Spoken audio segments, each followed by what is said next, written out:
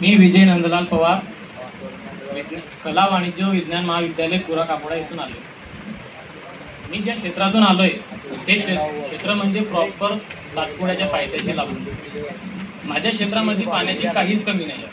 मी शेती करतो. मी एक शेतकरीचा मुलगा आहे आणि माझ्या पप्पांना कॉलेजनंतर दुपारून संध्याकाळपर्यंत शेतीत मदत करतो. माझ्या शेतात पाण्याची काहीच कमी नाही. माझ्या शेतात उन्हाळ्यात प्रॉपर एका विहिरीमध्ये 3 मोटर असतात.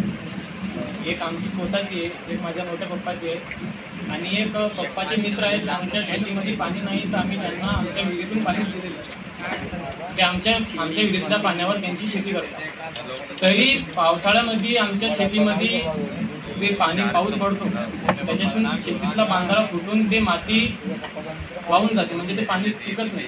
तर सरांनी सांगितल्याप्रमाणे मी या वर्षापासून नक्कीच शेती करायला सुरुवात करीन.